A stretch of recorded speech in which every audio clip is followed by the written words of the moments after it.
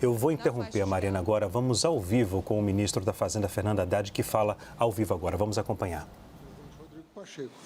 Mas nós vamos colocar toda a equipe da Receita Federal à disposição do Senado para a gente tentar construir uma alternativa, uma vez que tem um prazo exíguo, né, e que precisa encontrar uma solução. A Fazenda não tem uma proposta, então um plano B? Nós não temos. Em relação a isso? E nós estamos preocupados porque nós identificamos fraudes nas compensações de PIS/COFINS. Então nós vamos ter que construir também uma alternativa para o combate às fraudes. Que essa seria uma saída, mas eu já estou conversando com alguns líderes para ver se a gente encontra um caminho mais ou menos do tipo que aconteceu com a 1185. A 1185 visava acabar com as fraudes de subvenção a custeio, que custava aos cofres públicos 65 bilhões, metade dos quais uma subvenção ilegal, né, que foi isso decidido pela Justiça, né, pelo Superior Tribunal de Justiça. Nós vamos tentar encontrar um caminho, a equipe está toda disponível, eu estou disponível. O senhor acha que a Fazenda errou na estratégia em relação ao MP 1227 ao ter um episódio tão grave de devolução de uma medida provisória?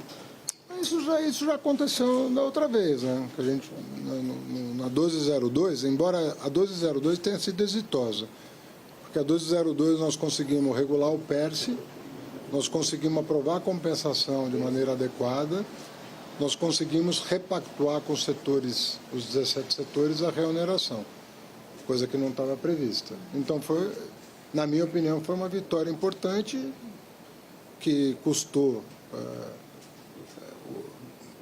teve um custo desnecessário, porque tudo isso podia ter sido feito de maneira tranquila, teve um custo desnecessário, mas eu penso que a 1202 foi um acerto, né? Agora, teve essa devolução. Nós temos que sentar com o Congresso Nacional, como nós fizemos com tudo. E primeiro apresentar os números, porque eles precisam, né, os deputados e senadores precisam ter clareza, né, do quanto a arrecadação está perdendo em função de fraude ou de uso indevido. Qual o montante dessas fraudes? A gente tem alguma coisa em torno de 25 bilhões. De fraude, de compensação de PIS/COFINS, 25 bilhões? Eu estou chamando de fraude, mas eu poderia chamar de, não necessariamente fraude, mas uso indevido. Porque fraude é crime, né? Uso indevido da compensação, uso espúrio da compensação. Por exemplo? 5 bilhões.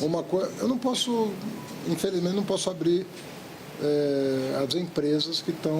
Não, mas o exemplo da operação em si, qual é esse uso espúrio? Quando você diz que tem um crédito que não é legítimo, não é reconhecido pela Receita. O que não é legítimo é o crédito presumido, ministro? Ou... Não, crédito... Mas o que não seria um crédito legítimo? Desculpa, ministro, eu não entendi. A pessoa declara no sistema um crédito que ela não tem. Ah, uma empresa de fachada, por exemplo. A parte que ficou da MP, ministro, ajuda. Solucionaria esse problema? Ajuda muito. A parte que ficou da MP ajuda muito, que obriga os contribuintes a explicarem o que estão fazendo, por que eles não estão recolhendo os impostos devidos. E aí ele vai ter que dizer em que lei que ele está fundamentando a sua pretensão, o que facilita o trabalho de fiscalização. E aí, de repente, dá para encontrar uma solução nesse sentido para Dá. Não, sempre dá para encontrar uma solução. E, ministro, você acha que essa solução viria por meio de MP, projeto de lei? Não vai vir por MP. Projeto de lei, senador Jacques Wagner, o senhor acha que ainda é um caminho possível? Outra coisa é o devedor contumaz, né? Você tem um PL no Senado tramitando há 3 anos e tem um PL na Câmara tramitando há 6 meses. Todo mundo sabe que o Brasil é um dos poucos países do mundo que não tem uma legislação rígida, criminal contra fraudadores. Nós vamos tomar providências, né? Por que não avança o projeto? Outro dia eu vi um empresário reclamando disso. E eu próprio não sei explicar. Por que já tem um entendimento? Nós podemos avançar. Entendeu? Responsabilizar criminalmente quem frauda dolosamente. Não é um sujeito que por falta de dinheiro não recolheu o imposto ou porque se enganou. Não estamos falando disso. Todo mundo que já foi empresário um dia sabe que isso acontece. Às vezes você tem uma crise de liquidez, às vezes tem um problema.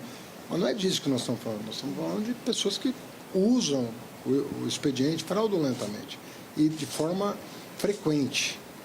Então, todo o empresariado precisa dessa lei, porque a concorrência desleal é um subproduto desse comportamento. E nós temos 2 projetos para votar. Isso seria também uma boa notícia para o país.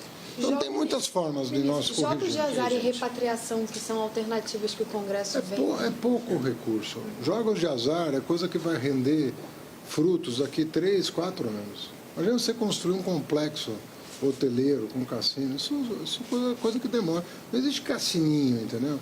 Existem grandes complexos. Isso são projetos enormes que levam tempo para acontecer. Você está falando de uma coisa para esse ano.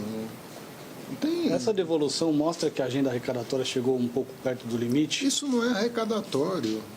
Ué, ministro. Combater fraude, esse é o papel da Receita. Bem, mas é uma medida que no final gera 30 bilhões para o caixa do governo. Mas o papel da Receita Federal é combater fraude. O dia que ela parar com essa agenda, ela parou de existir. Ministro, só para ver se eu entendi, desses 20... A 1185 não é agenda arrecadatória. Nada disso é arrecadatório. É botar ordem num sistema que perdeu funcionalidade. Então, O voto de qualidade do CARF não é arrecadatório, é moralizante. O Tribunal de Contas disse. Mas então que você era achou indevida imoral. a reação dos empresários? A essa Não, medida? eu não acho nada indevido. Eu fiz todos os acordos que eu fiz o ano passado e esse ano com os empresários, sob as condições mais adversas ou não, de maneira racional, prudente, cautelosa, respeitosa. a Fazenda ainda vai insistir, então, nessa questão do PIS/COFINS para combater fraudes, é isso? O senhor vai enviar um projeto de lei, por exemplo? Nós não vamos fazer nada antes de expor os números para os parlamentares, porque não adianta você reapresentar um projeto sem que as pessoas estejam minimamente familiarizadas com o que está acontecendo. Ministro, acha Já que tem alguma agenda gerada do Congresso? Olha, faz parte da democracia. Ministro, Entendeu?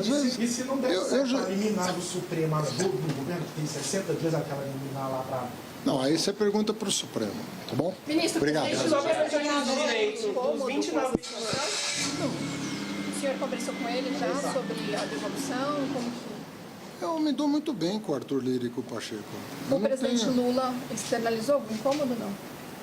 Ele? Não, pelo contrário. A ideia de retirar a MP nunca esteve na mesa. Não, como assim nunca teve nada? O governo voluntariamente retirar. Não. Isso nem caberia. Mas o senhor foi avisado pelo Pacheco antes ou não? Ficou sabendo? Não, nós discutimos ontem em audiência com o presidente.